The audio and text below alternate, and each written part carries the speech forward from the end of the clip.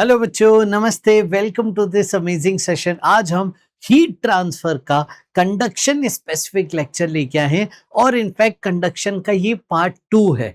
जी हाँ बच्चों, conduction part 1 हम ऑलरेडी कर चुके हैं, जहां पे हम हीट फ्लो कैसे होती है सॉलिड में, क्या रेट ऑफ हीट फ्लो होता है, इक्विवेलेंट कंडक्टिविटी कैसे निकालेंगे, इन सब बातों पे, इक्विवेलेंट रेजिस्टेंस पे, ओम्स लॉ के साथ कैसे कंपैरिजन करते हैं, ये सब हम पिछले लेक्चर में बच्चों देख चुके हैं।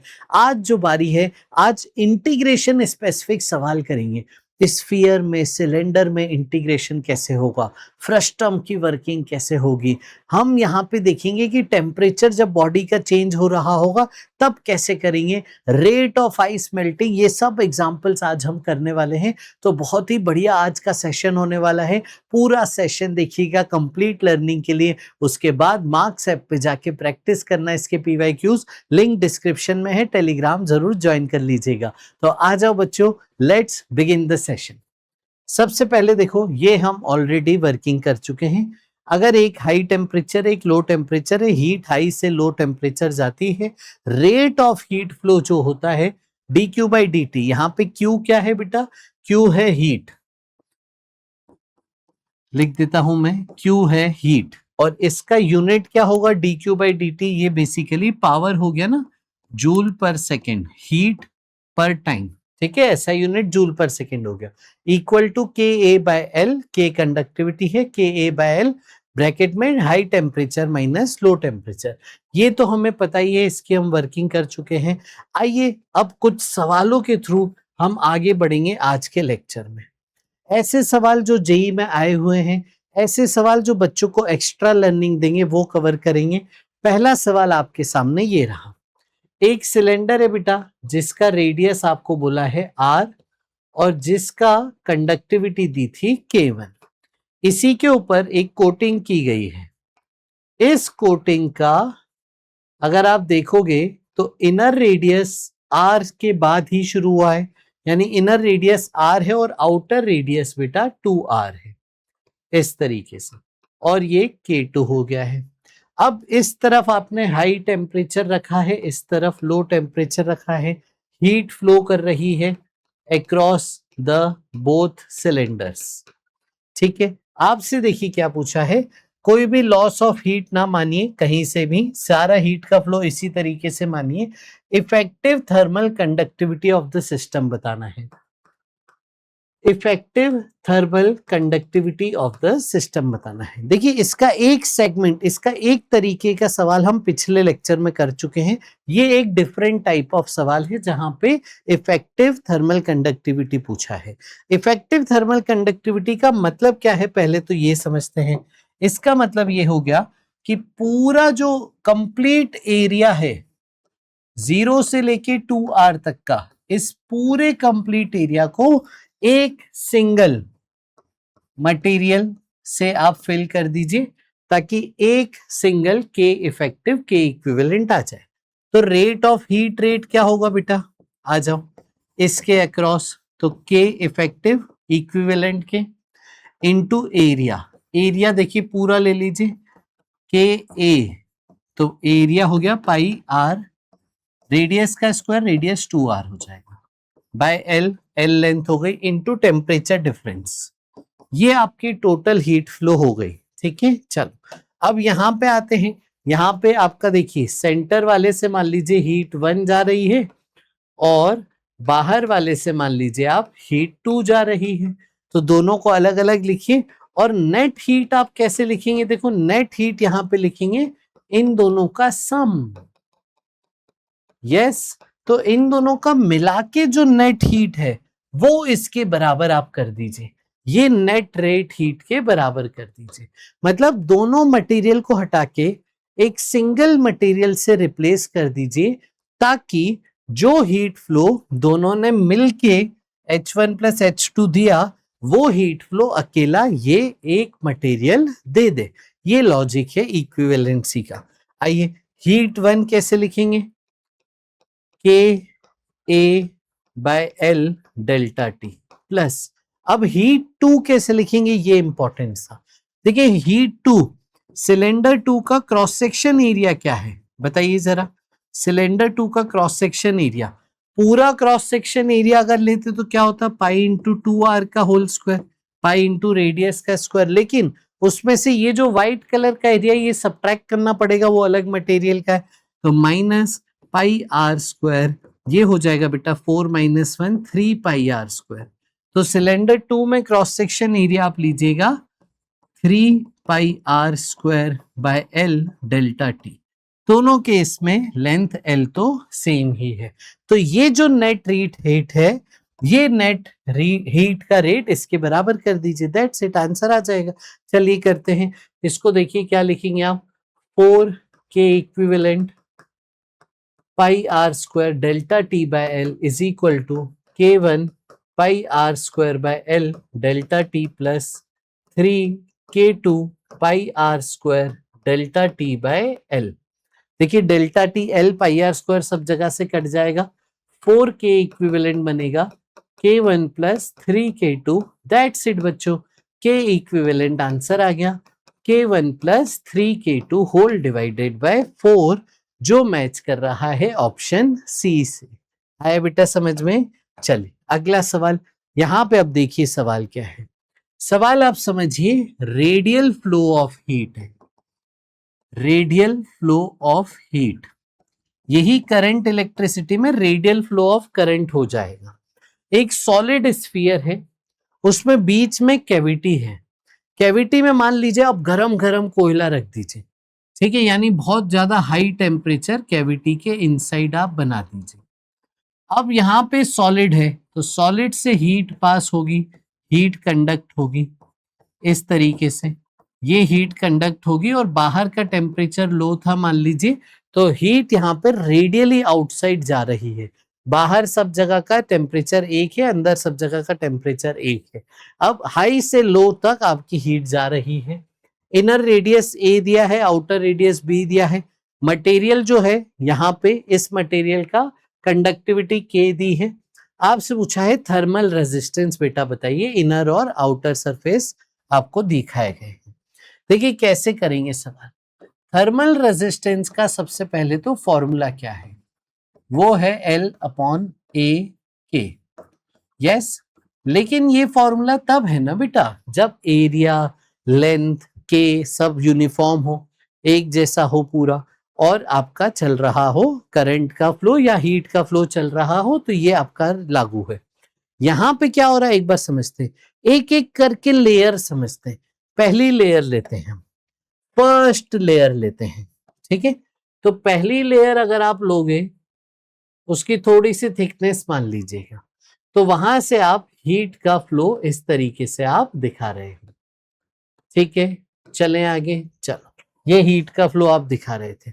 अब एरिया देखिए इसका छोटा है, फिर अगली लेयर इसके ऊपर उसका एरिया बड़ा हो गया, फिर अगली लेयर उसका एरिया बड़ा हो गया, तो एरिया क्या हो रहा है, बड़ा होते जा रहा है, यानी नॉन यूनिफॉर्म वेरिएबल एरिया हो गया।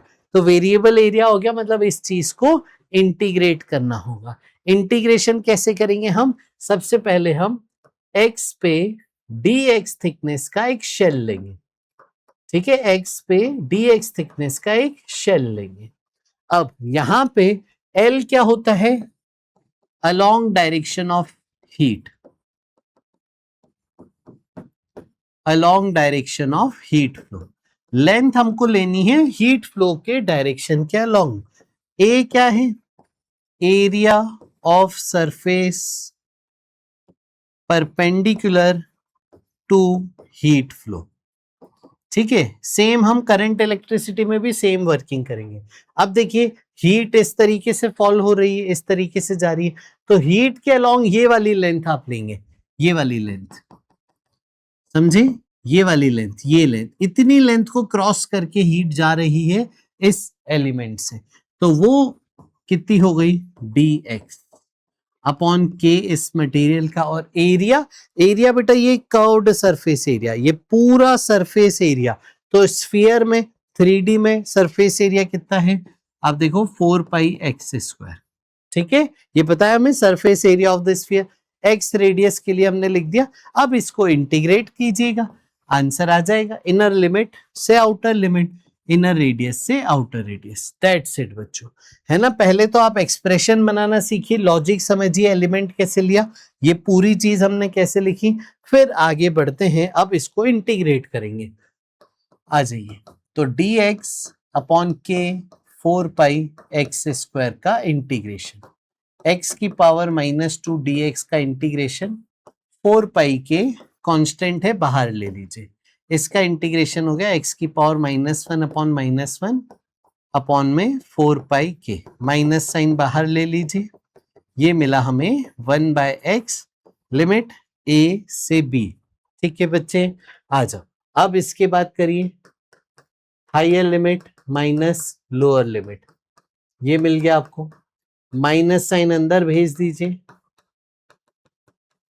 फाइनल आंसर आपके पास ये रहा। अब इसमें एलसीएम भी ले सकते हैं आप, तो थर्मल रेजिस्टेंस फाइनली आपका मिला b - a upon 4πAb into K. ये फाइनली थर्मल रेजिस्टेंस आ चुका है, और काफी बच्चे इसे याद कर लेते हैं, आप चाहो तो इसे याद कर सकते हो, वेरी स्टैंडर्ड याद रखना है। ठीक है, अब इसके बाद हीट फ्लो की बात कैसे करेंगे, तो हमने सीखा था पिछले लेक्चर में, रेट ऑफ हीट फ्लो को हम लिख सकते हैं delta T upon thermal resistance. Am I right बेटा? तो delta T high temperature inside वाला माइनस लो टेम्परेचर आउटसाइड, या कहीं भी रख सकते हैं, हाई टेम्परेचर बाहर, लो इनसाइड, वो जैसा भी सवाल में दिया हो, basically temperature difference high minus low divided by resistance, ये रेजिस्टेंस आप रखेंगे, तो ये आपका फैक्टर बन जाएगा। ये हीट रेट आपको मिलेगा स्फीयर में रेडियली जब हीट जा रही है, समझ गए बेटा? तो ये आपका सेटअप आ जाएगा, इसे ध्यान रखिएगा। आपसे हीट रेट भी पूछ सकता था, वो जवाब ये आप दे रहे होंगे। वैल्यूज दे सकता है, वैल्यूज रख के प्रॉपर यूनिट में रख के आप सॉल्व कर सकते हैं। इसी तरीके से अगर मैं सिलेंडर में बात करूं, तो इसी तरीके से मैं सिलेंडर में इनर रेडियस ए देके, अंदर कैविटी है, ये रेडियस है, ये कैविटी में आपने, है ना, गरम कोयला रख दिया हाई टेम्परेचर, ठीक है। चलो, फिर आउटर रेडियस बी तक आपका ये सिलेंडर फैला हुआ है, तो सिलेंडर का जो मास है सॉलिड है, वो ये वाले सेगमेंट में है, मैंने हाईलाइट कर दिया, ठीक है। ये लो टेम्परेचर है बाहर, ठीक है। तो हीट फ्लो कहां से कहां करेगा बताओ जल्दी से? तो हीट फ्लो इस तरीके से रेडियली बाहर जा रही, समझ गए? पक्का हीट फ्लो का रेट समझ में आ गया। अब यहाँ पे कैसे करेंगे, तो एलिमेंट लेते हैं जैसे पिछले में लिया था, x पे dx थिकनेस का एलिमेंट लीजिए, यहां से dx थिकनेस हो गई है, ठीक है। और हीट कैसे जा रही है, हीट इस तरीके से जा रही है। अब हीट के अलोंग लेंथ बताइए, इस एलिमेंट की कितनी लेंथ है हीट के अलोंग, तो ये लेंथ है dx, ठीक है। तो रेजिस्टेंस कितना हो गया जरा बताओ? रेजिस्टेंस हो गया L अपॉन ए के, यस, L अपॉन ए के, तो L कितना हो गया dx अपॉन के, तो एज इट इज एक ही मटेरियल है। एरिया क्या लिखेंगे, तो कर्व्ड सरफेस एरिया, सिलेंडर का curved surface area 2πxl, that's it बच्चों। इसे इंटीग्रेट करोगे तो आंसर आ जाएगा, आओ इसे करते हैं। तो dx अपॉन 2πxl का इंटीग्रेशन, यहां पे देखिए कॉमन चीजें बाहर ले लीजिए, कांस्टेंट चीजें सॉरी बाहर ले लीजिए, ये रहा, देखिए 1/x का इंटीग्रेशन हो गया बच्चे ln x, लिमिट्स लगाइए a से b, आपको मिलेगा ln higher limit minus ln lower limit, और ln का डिफरेंस है ना, ln a minus ln b, ln a by b होता है, प्रॉपर्टी लगा दे। तो आप देखिए थर्मल रेजिस्टेंस बेटा यहां से मिल गया ln b by a whole divided by 2πl into K, ये थर्मल रेजिस्टेंस आ गया। अगर आपसे कोई रेट ऑफ हीट फ्लो पूछे तो delta T upon thermal resistance आप निकाल सकते हैं। समझ गए बेटा? पक्का ध्यान रखना ये। चल एक और इंटीग्रेशन वाला सवाल हम कर लेते हैं फ्रस्टम का। ठीक है, देखिए फ्रस्टम मतलब ये आपका सेटअप है और कंप्लीट सॉलिड है ना, ये पूरा सॉलिड है। ठीक है, ये पूरा कंप्लीट सॉलिड है। यहां पे मान लीजिए हाई टेम्परेचर है, ये लो टेम्परेचर है, और यहाँ पे along the length heat flow हो रही है। यहाँ पे heat flow along the length हो रही है। जब एंट्री हुई तो क्रॉस सेक्शन एरिया कम था, जब एग्जिट हुआ तो क्रॉस सेक्शन एरिया बढ़ चुका है। समझ गए? इनर रेडियस, छोटे रेडियस को ए मान लेता हूं, आउटर बी, बड़े रेडियस को बी मान लेता हूं। यहां पे देखिए मैं आपको एक बहुत शानदार ट्रिक बता रहा हूं इसकी। ये ट्रिक समझिएगा फ्रस्टम की, बहुत मजा आ जाएगा आपको। तो इंटीग्रेट करके इसका आंसर क्या आता है वो मैं बता दूं। रेजिस्टेंस क्या होता है? एल अपॉन के ए। इंटीग्रेट किया जाएगा, आफ्टर इंटीग्रेशन इसका जो रेजिस्टेंस आता है वो हो जाता है एल अपॉन के ए। एरिया की जगह आ जाएगा इलिप्स के एरिया का फॉर्मूला।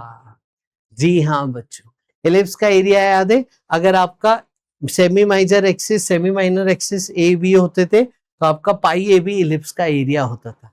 वैसे ही यहाँ का रेडियस है, यहाँ का रेडियस भी, तो यहाँ पे पाई ए बी रख देना, बस दैट्स इट, है ना। आफ्टर इंटीग्रेशन जो रिजल्ट आता है वो आपको बता दिया।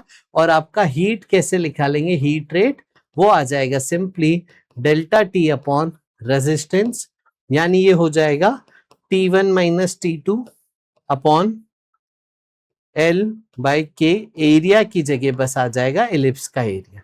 समझ गए? अच्छा सर ये इंटीग्रेशन होगा कैसे वो बता दीजिए। आ जाओ, वो भी बता देता हूं इंटीग्रेशन कैसे होगा। देखिए समझिए यहां पे, ठीक है।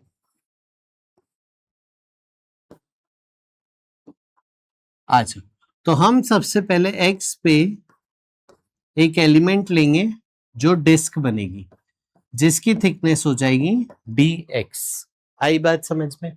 अब ये जो आपकी डिस्क बनी इसकी थिकनेस है dx, रेडियस मान लीजिए एरिया, तो इसका जो रेजिस्टेंस बनेगा L अपॉन के ए, वो कैसे लिखा जाएगा? L कितनी लेंथ से हीट पास हो रही है? dx अपॉन के, एरिया पाई आर स्क्वायर। इसको इंटीग्रेट अब आपको करना है। अब देखिए जब इसको इंटीग्रेट जब आप करेंगे तो इसके इंटीग्रेशन में दो वेरिएबल है, अगर आप ध्यान से देखो तो। कौन कौन से दो वेरिएबल सर? देखो x भी तो वेरी कर रहा है और रेडियस भी वेरी कर रहा है, तो आपको इन दोनों में रिलेशन निकालना पड़ेगा x और r में। ठीक है, तो देखो कैसे निकाल रहे हैं, ये a, ये r और ये b। तो मैं देखो यहां पे एक ट्रायंगल बना रहा हूं, यहां से इसे कट कर दीजिए। ठीक है, तो ये ट्रायंगल पे आप फोकस करिए। तो ये सेंटर से पूरा ऊपर तक बी था, सेंटर से येलो लाइन की स्टार्टिंग ए है, तो ये लेंथ कितनी हुई? पूरे में से ये माइनस करोगे तो ये आ जाएगा, मतलब बी माइनस ए, और पूरी लेंथ हो गई एल। ठीक है, अब आते हैं इसी के छोटे ट्रायंगल पे। ये वाला ट्रायंगल पे फोकस कीजिए। ये रेडियस आर था, ये ए, आर में से ए माइनस करोगे तो ये क्या बचेगा? ये बचेगा आर माइनस ए, और ये लेंथ हो जाएगी एक्स। समझ गए? अब सिमिलर ट्रायंगल से यहाँ टेन थीटा की वैल्यू इक्वेट करिए, तो B minus A upon L is equal to R minus A upon X. आया बेटा समझ में? चले आगे, चलिए अब क्रॉस मल्टीप्लाई कर दीजिए, तो आर हो जाएगा x into B minus A by L plus A. अब देखिए आर के टर्म्स में ये आ गया, अब डिफरेंशिएट करिए। ठीक है, इसमें dx निकालिए, dx को यहाँ पुट कीजिए dr के टर्म में, इंटीग्रेट करिए, लिमिट्स लगाइएगा a से b, यही आंसर आ जाएगा। समझ गए? तो इसका ये शॉर्ट ट्रिक ध्यान रखिएगा, पाई ए बी बस आपको रिप्लेस करना है एरिया की जगह। चलिए अब आगे चलते हैं, अगला टाइप का सवाल देखिए, बड़ा इंटरेस्टिंग टाइप ऑफ प्रॉब्लम है ये सवाल। देखो मैं आपको समझा देता हूं। यहाँ पे आपको बीच में 200 डिग्री सेल्सियस टेम्परेचर बना दिया गया था। एक तरफ आपने पानी रखा था 100 डिग्री सेल्सियस के टेम्परेचर से, दूसरी तरफ आपने आइस रखी थी 0 डिग्री सेल्सियस से। ये लेंथ L1 है, ये लेंथ L2 है, ठीक है। अब आपसे पूछा ये 200 डिग्री सेल्सियस के लिए मैंने बर्नर लगाया था, ये बर्नर मैं रॉड में कहां पे रखूं या फिर लेंथ का रेशियो कहां हो, क्या हो, ठीक है। ताकि चलो मैं कंडीशन दे देता हूं, find L1 by L2 if heat rate flow towards both sides is equal, towards both sides is equal। चलो ये मैंने एक सवाल दी थी आपको, तो यहाँ पे हीट रेट कैसे लिखेंगे, चलो आ जाओ। एक हीट रेट इधर भेज दीजिए H1, एक हीट रेट इधर भेज दीजिए H2। आप चाहते हो H1 H2 बराबर हो, तो H1 equal to H2 heat rate है ये, तो KA by L delta T is equal to KA by L delta T। Same material है तो K same, same cross section area है तो A same, area same, length L1 L2 हो गया, temperature difference T1 T2 हो गया। अब देखिए K कट गया, यहाँ पे temperature difference 200 minus 100 100 by L1 is equal to, यहाँ पे temperature difference 200 minus 0 upon L2, ठीक है बेटा। तो L1 बाय L2 क्या आ गया, यहाँ से क्रॉस मल्टीप्लाई कीजिए, तो L1 बाय L2 आ गया आपके पास 1/2। क्लियर, कोई दिक्कत? चल आगे चलते हैं। अब देखो आपको एक बड़ा इंटरेस्टिंग चीज बता रहे हैं, रेट ऑफ मेल्टिंग क्या होगा, ठीक है। इसका यूनिट में बता देता हूं, kg/सेकेंड, ठीक है। रेट ऑफ मेल्टिंग क्या होगा, आओ मैं समझाऊं। मान लीजिए कि आपकी जो हीट फ्लो हो रही है वो आइस की तरफ जा रही है, 0 डिग्री सेल्सियस पे आइस है, ये हीट का रेट आपको गिवन है, समझ गए, ठीक है। अब ये हीट आइस को मिलेगी, आइस उस हीट का क्या लेके गर्म होगी, लेकिन 0 डिग्री से ज्यादा तो और गर्म होगी नहीं, इसका मतलब आइस यहाँ पे मेल्ट होना चालू करेगी। तो आइस का एक टुकड़ा हीट लेके मेल्ट हो रहा होगा, तो जब मेल्ट हो रहा है, फेस चेंज हो रहा है, तो हम हीट को किसके बराबर करते हैं, ml के बराबर करते हैं। अब देखिए हीट रेट क्या है, dQ/dt। Q क्या है, हीट, तो हीट अपॉन टाइम, ठीक है। चलो हीट रेट का formula KA/L delta T is equal to, यहां पे देखिए dQ को क्या लिखेंगे, छोटा सा मास मान लीजिए, छोटा सा मास अगर मैं dm मान लो, तो हीट को लिख दीजिए, छोटी हीट को dm इंटू L। L क्या है, यहाँ पे लेटेंट हीट ऑफ फ्यूजन है, आइस से वाटर के कन्वर्जन की यहाँ पे लेटेंट हीट है, तो ये हो गया dm into L fusion upon dt। तो यहां से देखिए dm/dt का फॉर्मूला एक बन रहा है, क्या हो गया, heat rate upon latent heat, ये आपका आ गया dm/dt। ये क्या है, कितना मास आइस का मेल्ट हो रहा है per unit time, rate of ice का मास जो मेल्ट हो रहा है per unit time, rate of melting आप कह सकते हो, और इसका यूनिट ऐसा यूनिट में kg/सेकेंड होगा, और सीजीएस में जाना है तो ग्राम पर सेकेंड में आ जाएगा। ये फॉर्मेट आप ध्यान रखिए, heat rate upon latent heat, समझ गए, पक्का। अब देखिए सवाल क्या कह रहा है, सवाल वही है, बीच में 200, कहीं पे L1 L2 दोनों लेंथ है, इधर पानी है इधर आइस है। अब इधर जो हीट आई H2 वो आइस को मेल्ट कर रही है, इधर जो हीट गई वो पानी को बॉईल कर रही है, पानी स्टीम में कन्वर्ट हो रहा है, यहाँ पे फेस चेंज जिसका लेटेंट वेपराइजेशन वाला है, यहाँ पे फेस चेंज जो लेटेंट फ्यूजन का है। अब देखिए क्या बोला है, rate of melting of ice is double rate of conversion of water into steam. ये जो रेट है ये kg/सेकेंड में रेट है, rate of melting of ice is double rate of conversion of water into steam. तो बताइए लेंथ का ratio क्या होगा? ये कैसे करोगे? देखो, rate of melting of ice is double rate of, है ना, आइस से वाटर तक जाने का जो रेट है वो है डबल वाटर से स्टीम पे जाने का जो रेट है। अब ये जो था heat rate 1 upon latent heat of fusion is equal to double of heat rate 2 upon latent heat of vaporisation. समझ गए? इसमें बस आपको अच्छे से वैल्यू रखनी थी। तो हीट रेट 1 क्या होगा? K A by L1 delta T. Delta T बताइए, 1 की तरफ 200 माइनस 100, तो ये 100 अपॉन, नहीं ये तो आइस वाला है ना, सॉरी ये आइस वाला है बेटा। तो आइस वाले में हमने क्या लिखा था? आइस में H2 लिखा है, तो यहाँ पे H2 लिख दीजिए। ठीक है, अब ठीक है, ये H2 है, ये H1 है, डायग्राम के हिसाब से हो गया। अब H2 में टेम्परेचर डिफरेंस कितना है? 200 माइनस 0, तो K A by L2 200 minus 0, latent heat of fusion कितना है? 80, ये कैलोरी में, ठीक है, equal to double heat rate 1 K A by L1। अब देखिए हीट 1 के लिए टेम्परेचर डिफरेंस 200 माइनस 100 आ जाएगा, upon latent heat of vaporisation calorie में 540 है। बस अब इसे सॉल्व करना है।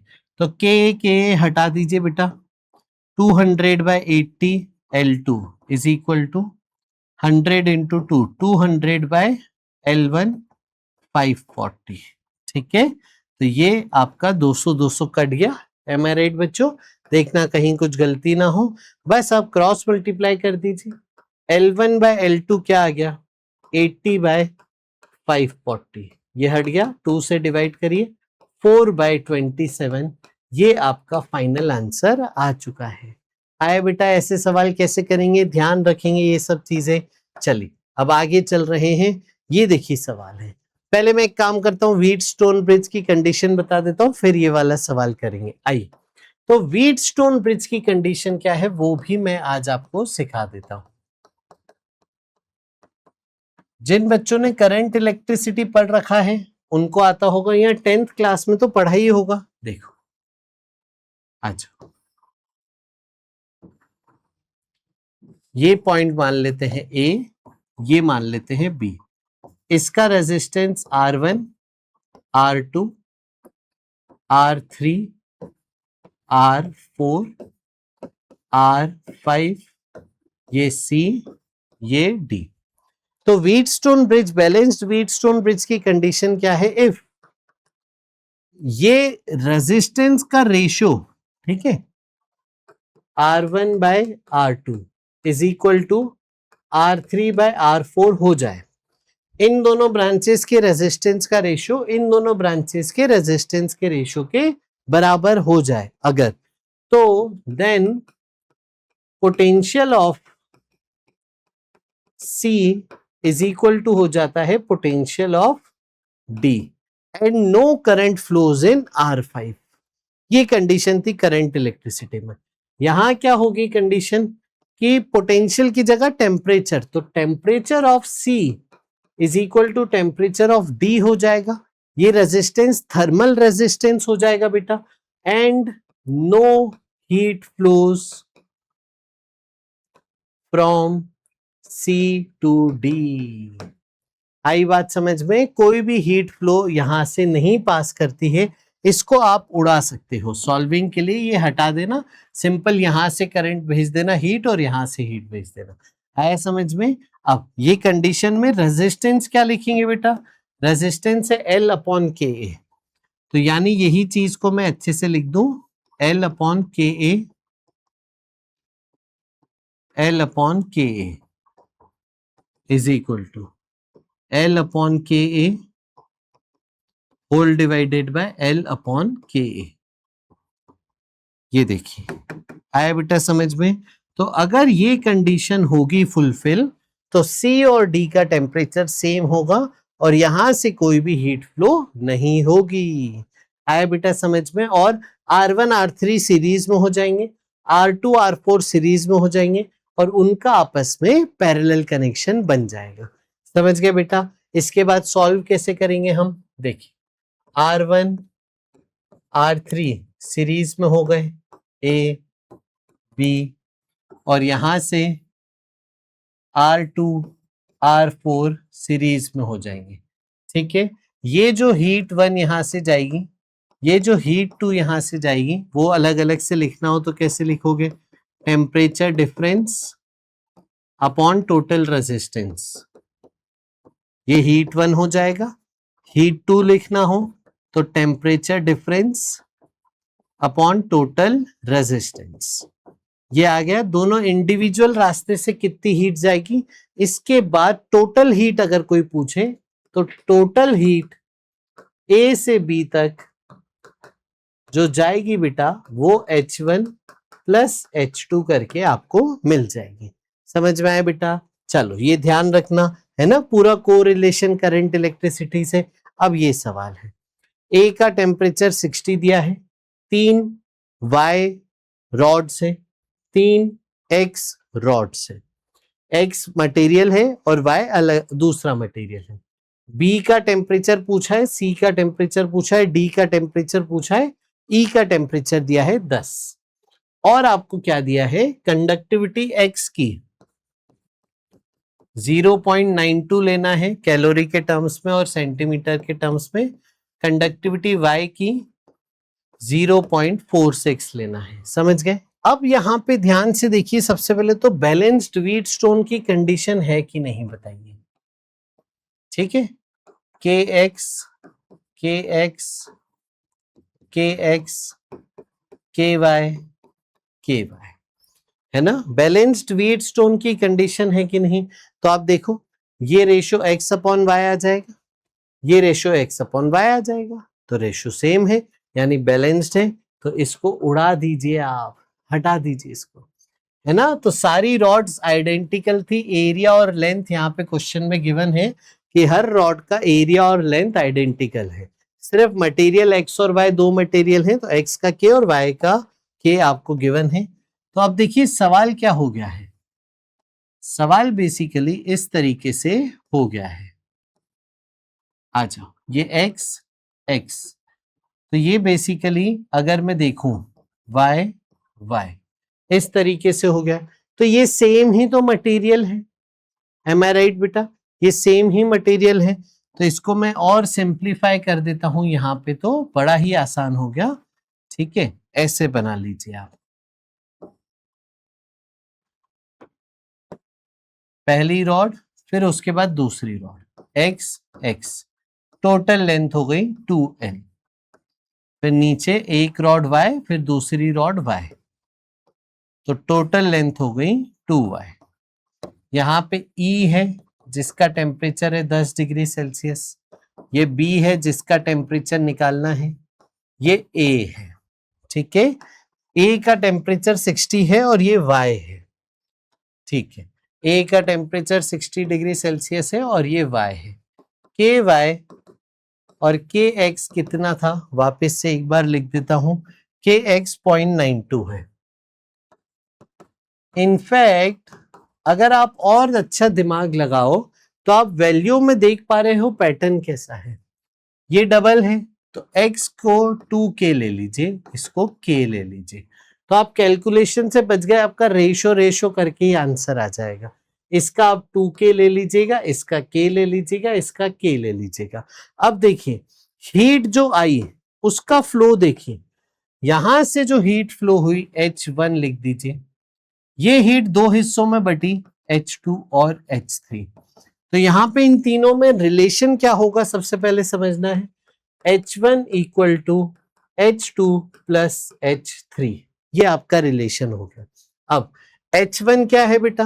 H1 है K A by L, delta T हो जाएगा 60 माइनस TB। ठीक है, चलो आ जाओ, थोड़ी सी जगह बना लेते हैं। आइए, तो H1 को लिखा हमने K A bye L delta T. H2 क्या है, ऊपर से जा रहा है, तो K की जगह बेटा 2K है, एरिया सबका सेम है, लेंथ पूरा कितना हो गया 2L, और temperature difference TB minus 10 plus H3 क्या है, नीचे से KA बाय लेंथ पूरी 2L into temperature difference TB minus 10। इस तरीके से बेटा आपने H1 H2 H3 की वैल्यू रखी। अब देखो KA बाय L कट गया, ये 2 भी कट गया, KA बाय L कट गया, क्या मिला देखो 60 minus TB is equal to TB minus 10 plus TB minus 10 whole by 2 आपको मिला। ठीक है, एलसीएम ले लीजिए, चलिए एलसीएम ले लीजिए, 2 यहां पे मल्टीप्लाई कर दीजिए,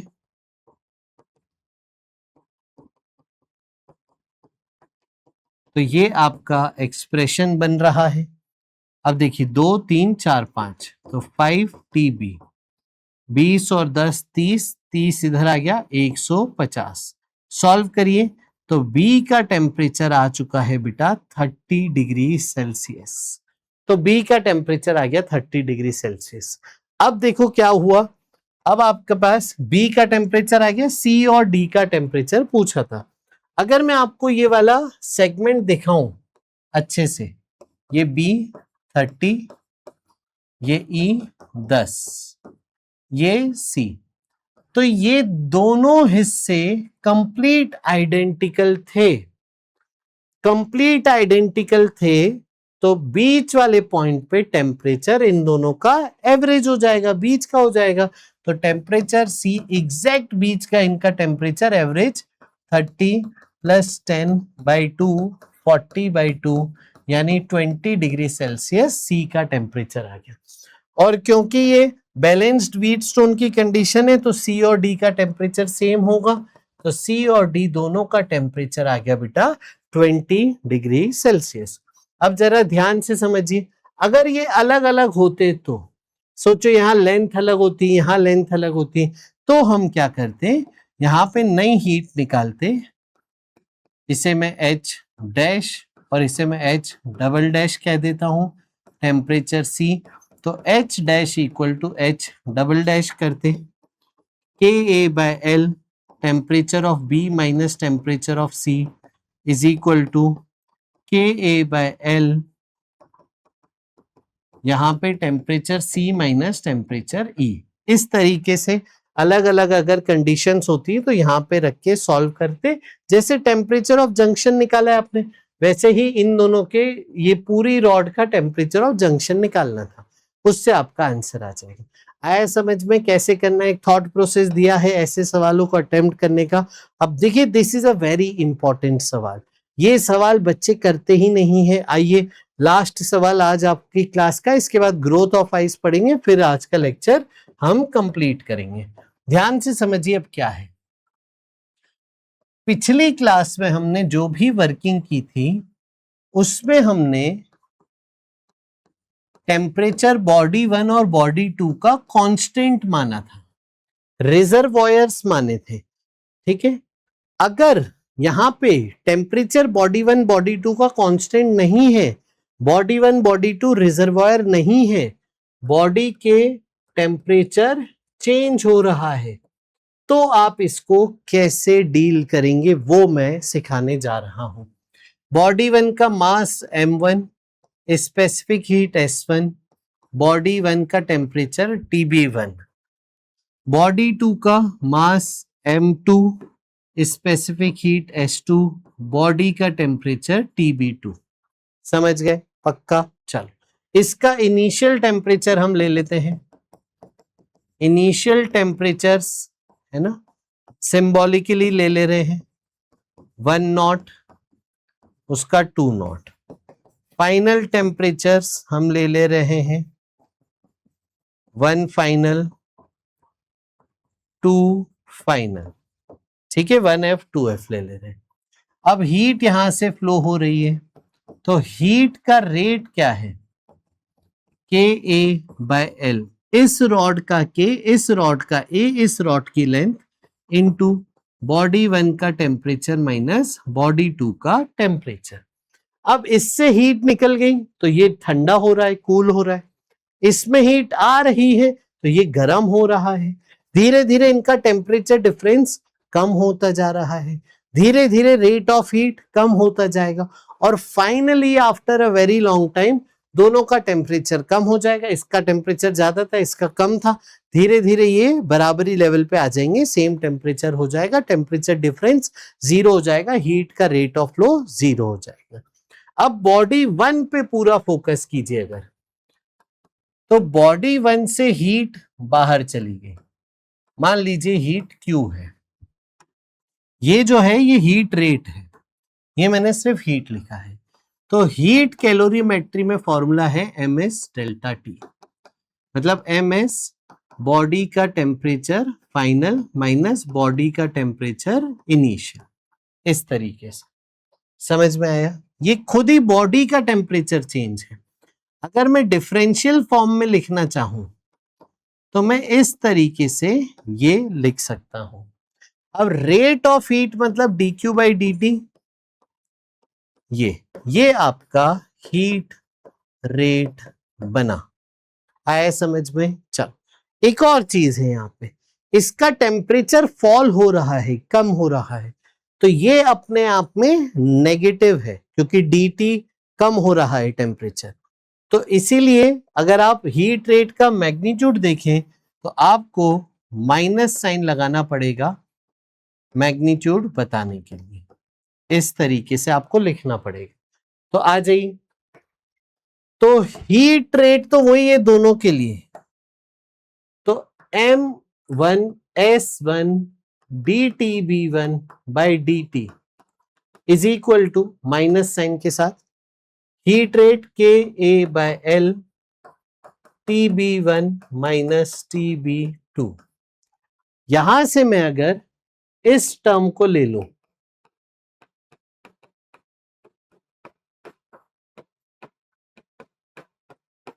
तो ये कुछ ऐसा बनेगा, ठीक है। इसे मैं इक्वेशन 1 ले रहा हूं, ठीक है। आप देखिएगा एक दो बार आप प्रैक्टिस करोगे ना तो आप खुद से करने लगोगे ये चीज।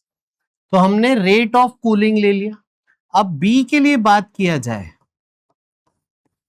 तो उसके लिए तो ये गर्म हो रहा है, दूसरी बॉडी का टेम्परेचर बढ़ रहा है, तो उसका रेट पॉजिटिव आएगा और यहां पे M2S2 हो जाएगा और टेम्परेचर डिफरेंस दोनों बॉडी का तो वही है। ये आपके पास सेकेंड इक्वेशन बनी। अब मैं फर्स्ट में से सेकेंड को माइनस कर रहा हूं। फर्स्ट में से सेकेंड को जब मैं माइनस करूंगा तो LHS देखिए क्या बनेगा,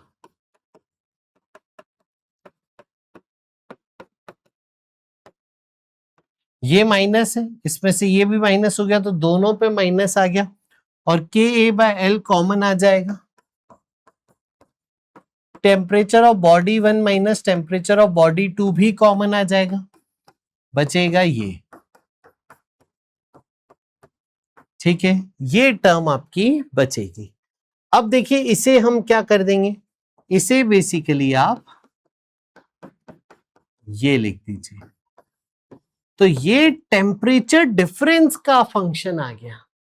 यहां पे भी टेम्परेचर डिफरेंस है, यहां पे भी टेम्परेचर डिफरेंस है, तो बॉडीज के टेम्परेचर डिफरेंस को अगर मैं x नाम दे दूं सपोज, तो मुझे क्या मिला, ये dx बाय dt, देखिए ये कांस्टेंट है, ये भी कांस्टेंट है, तो माइनस कांस्टेंट इंटू ये टेम्परेचर डिफरेंस x, ये रहा। आया समझ में बेटा? ये आपकी वर्किंग हो गई।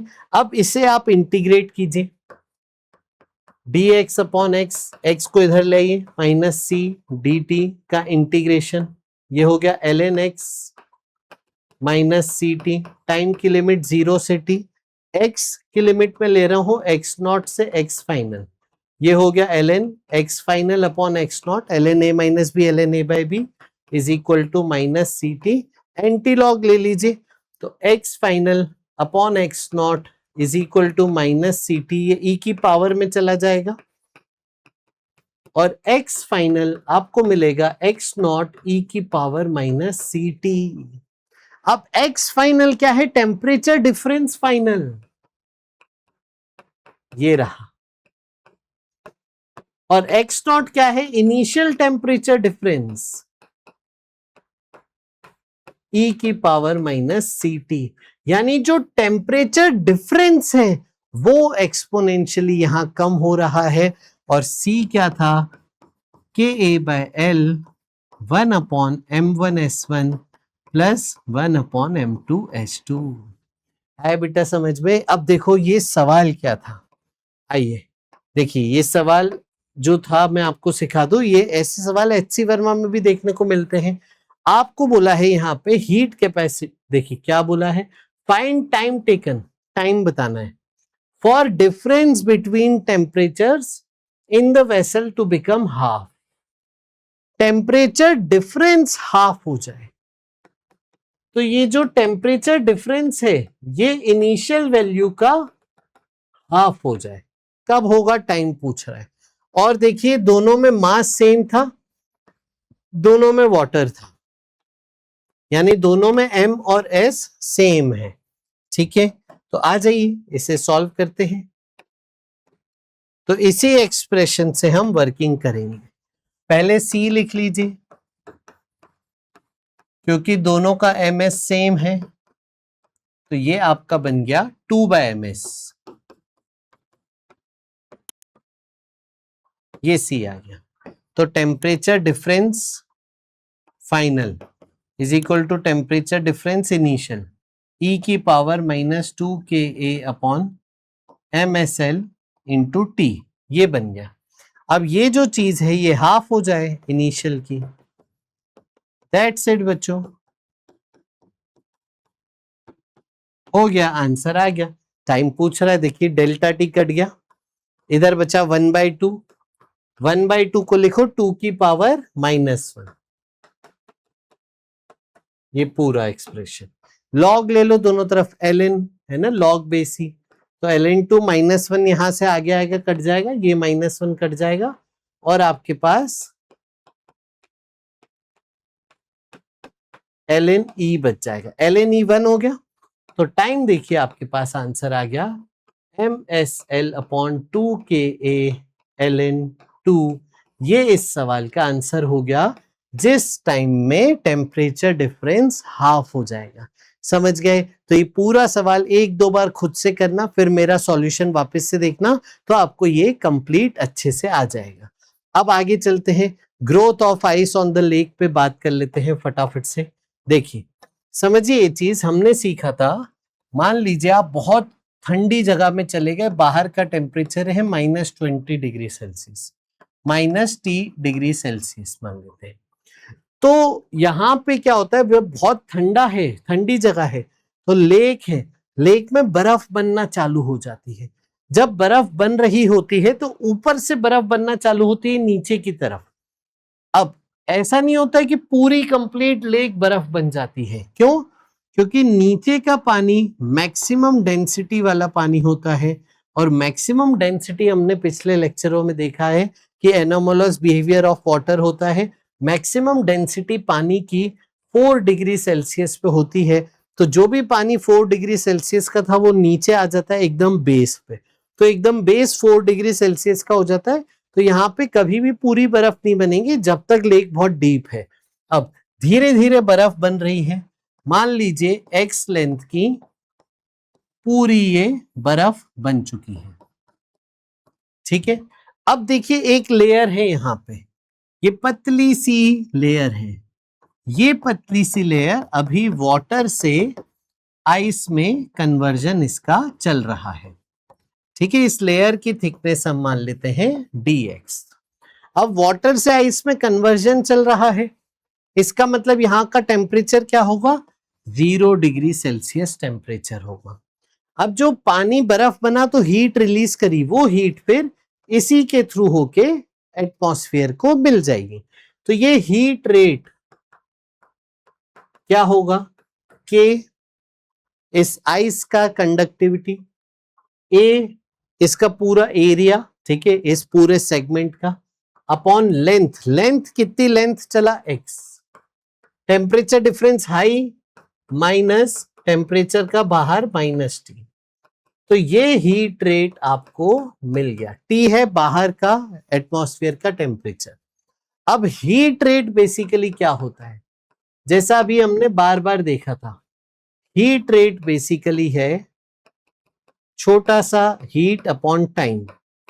छोटी सी हीट को कैसे लिखेंगे, फेस चेंज है तो इसमें हीट का फॉर्मूला लिखेंगे हम ml, यस, और छोटा सा मास है तो dm इंटू एल लिखेंगे। अब यहां पे मास को कैसे लिखेंगे, मास को लिखेंगे हम डेंसिटी इंटू वॉल्यूम। वॉल्यूम कैसे लिखेंगे, area into length, length basically ये थिकनेस dx इंटू एल। सही है बेटा, तो ये देखिए हीट की जगह लिख दीजिए रो ए dx into L upon dt। अब हीट रेट को इसी हीट रेट के बराबर अगर आप करते हैं,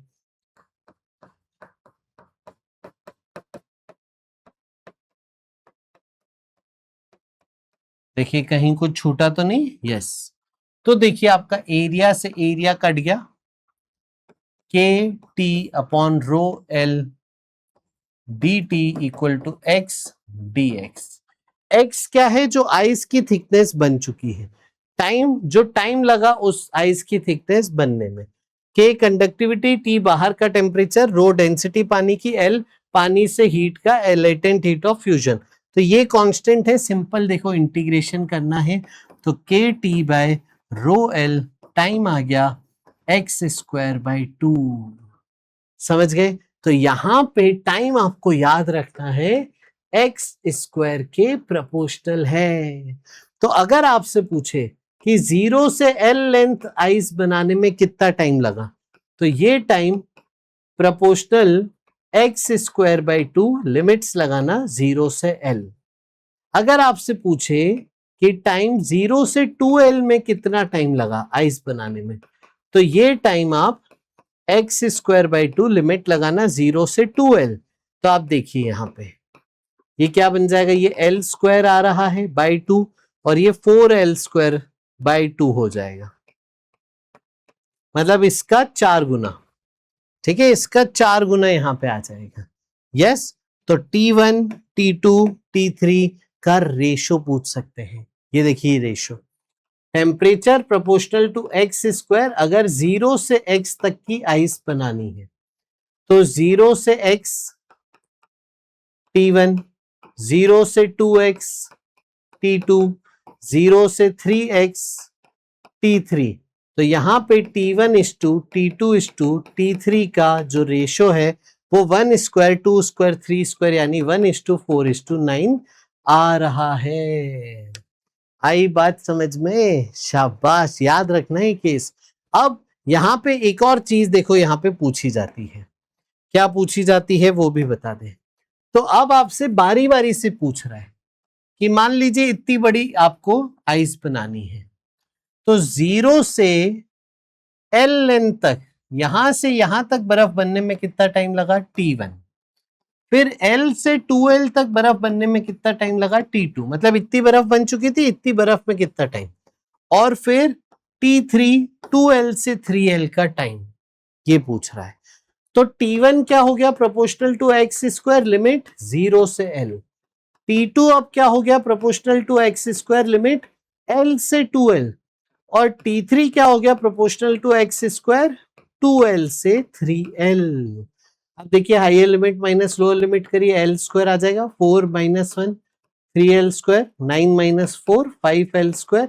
इस केस में रेशो आ जाएगा बेटा 1:3:5। आई बेटा बात समझ में।